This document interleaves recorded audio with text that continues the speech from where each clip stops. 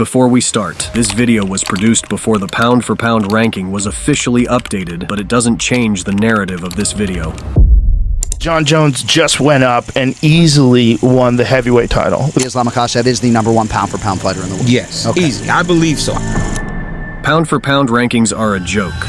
Let me explain. In this video, I'm going to explain why pound-for-pound rankings are nothing but a joke. And at the end of this video, if you still disagree with me, I will give you nothing. Let's go. Pound-for-pound rankings have long been a hot topic of debate among fans, analysts, and fighters themselves. These rankings aim to compare fighters across weight divisions and determine who is the best, regardless of size. But here's the catch. The inconsistency in these rankings can leave us scratching our heads. One of the biggest issues with pound-for-pound rankings is the lack of standardized criteria. Different organizations and media outlets use their own set of rules and subjective opinions to compile these lists. It's not uncommon to see fighters placed in vastly different positions or even excluded altogether from different rankings. This inconsistency often leads to confusion and fuels heated discussions among fans. For example, look at Islam Makhachev. Last 3 years, Islam fought 7 times and won all of them, and 6 of them ended with a finish. He fought Davi Ramos, showcasing his grappling skills and control. Drew Dober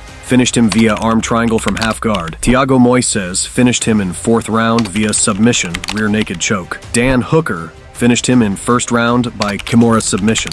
Bobby Green finished him in the 1st round by TKO punches. He fought Charles Oliveira, and he won the lightweight title, finished him in the 2nd round, knocking him down and finishing him on arm triangle from side control. He fought Alexander Volkanovski. He got a controversial victory via unanimous decision, but settled the record on the 2nd time, finishing him on the 1st round by knockout. The only decision he had was against pound-for-pound #1. He submitted the greatest submission artist of all time, and then knocked out the pound-for-pound fighter and still couldn't become #1. While in the last 3 years, Jon Jones only fought twice, once with Dominic Reyes. He won that fight via decision, and the next time he fought for the vacant heavyweight title and won convincingly against Cyril Gane. That's it.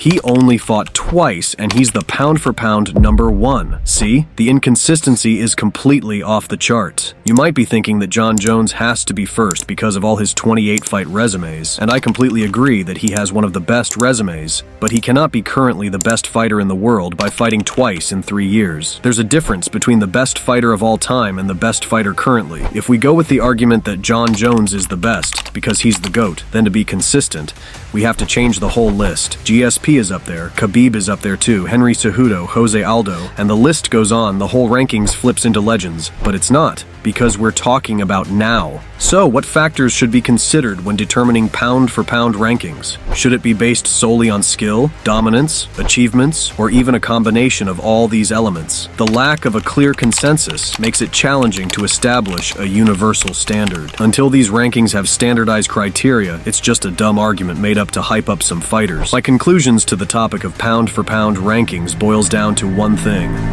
marketing. That's why I called it a joke at the start of this video. Do you still agree with me, or you have another explanation? Tell me in the comments. What do you think about the pound-for-pound argument? You can watch Why Charles Cannot Beat Makhachev here, and I wasn't biased at all.